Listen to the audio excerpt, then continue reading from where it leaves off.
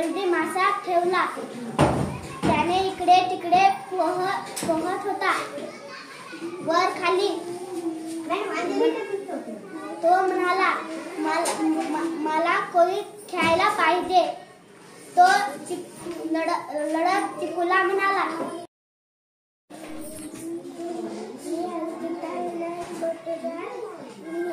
मी दुसरी शिकते. मी हे पुस्तक वाचलेलं आहे.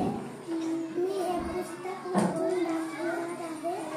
बेडकाची युक्ती. एक बेडक होता. त्याला खूप भूक लागली होती. त्याला शोधू लागला होता. मग त्याला पुष्कळ किडे दिसले. त्यानं मग वर